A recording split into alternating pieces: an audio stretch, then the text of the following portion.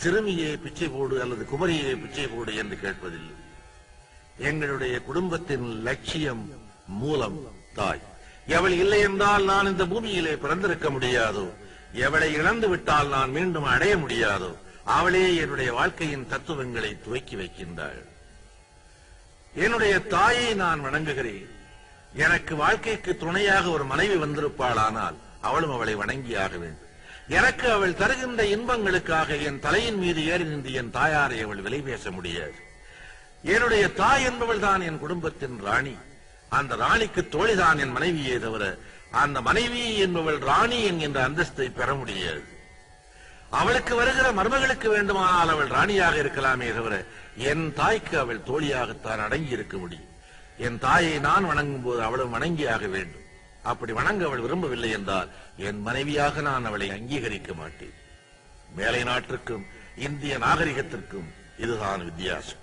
இந்துக்களுடைய நாகரிகத்தில் தாய் என்கின்ற ஸ்தானத்திலே இருந்தே சகலமும் ஆரம்பமாகின்றன என்று சுவாமி விவேகானந்தர் அங்கே கூறினார்.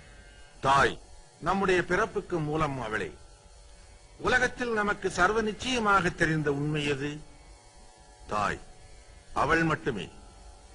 இன்ன தாயின் வயிற்றில் பிறந்தோம் என்பதை மட்டுமே நாம் அறிவு.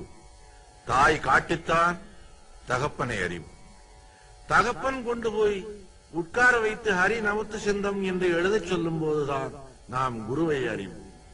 அன்பே கடவுள், அறிவே தெய்வம் என்று குரு சொல்லிக் கொடுத்த பின்னாலேதான் நாம் தெய்வத்தை அறிவோம். அதனாலேதான் சுருக்கமாக 4 சொற்களை வைத்து மாதா, பிதா, குரு, தெய்வம் என்று சொன்னார்கள். இந்த 4 வரிசையிலே சர்வ நிச்சயமாக நமக்கு தெரிந்த ஒரே உண்மை மாதா, சந்தேகத்துக்கு இடமாக இருப்பது தெய்வம். சர்வ நிச்சயமாகவும் சந்தேகத்துக்கு இடமாகவும் இருப்பது பிதாவும் குரு. இவர்கள் இருவர் பற்றியும் சந்தேகம் எழலாம்.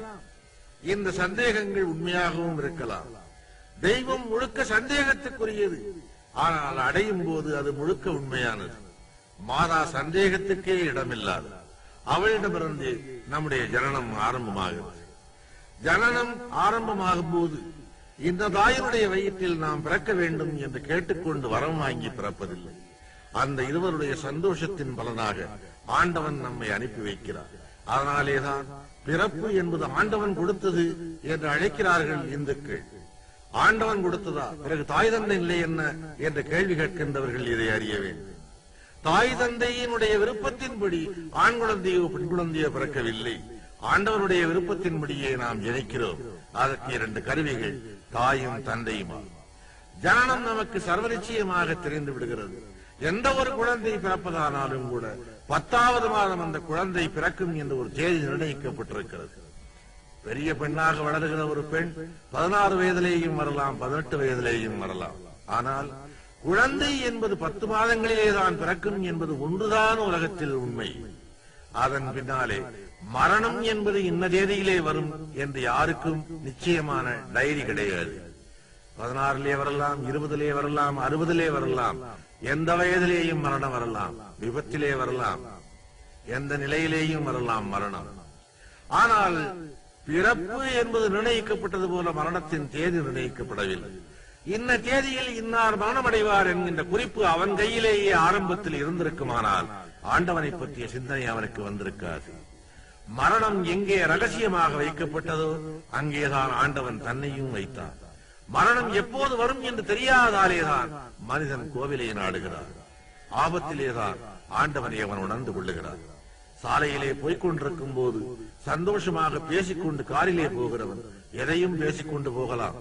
ஆனால் அந்த கார் ஒரு மரத்திலே மோதும் போது அவன் வாயிலிருந்து அவனை அறியாமல் வருகின்ற வார்த்தை ஆண்டவனே என்பதே தவிர அடுத்தொரு வார்த்தை வராது.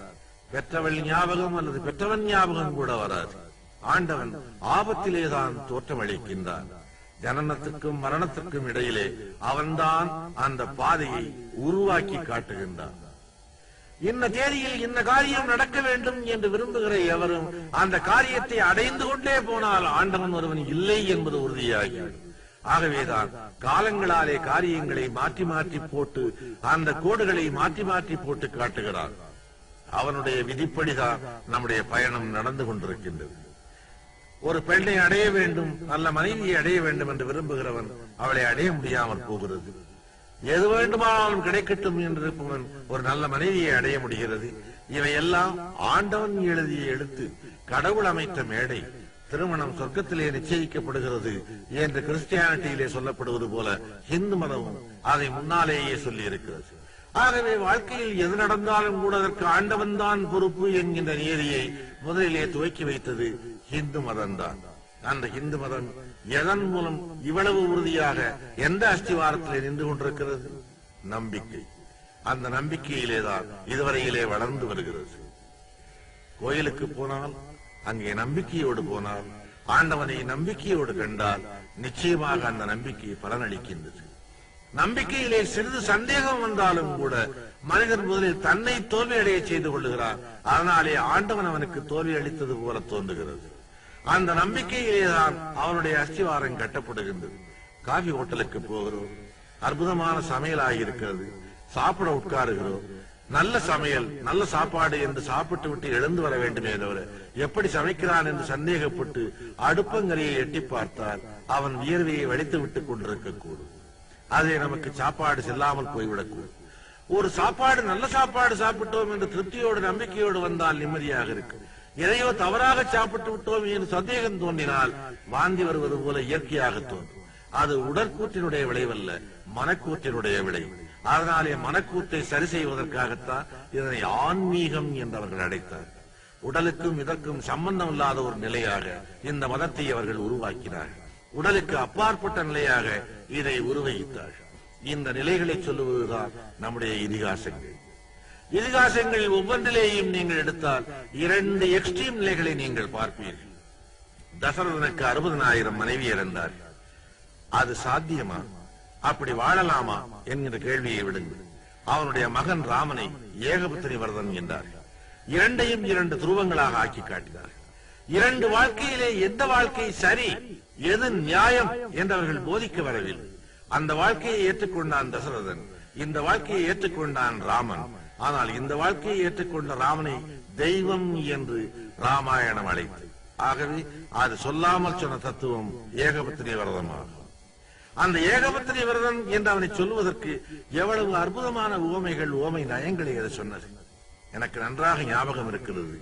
ஒரு ராமாயணத்தில் ஒரு இடம், ராவணன் சீதையை மயங்க வைக்க பல்வேறு வேஷங்கள் போடுகிறார்.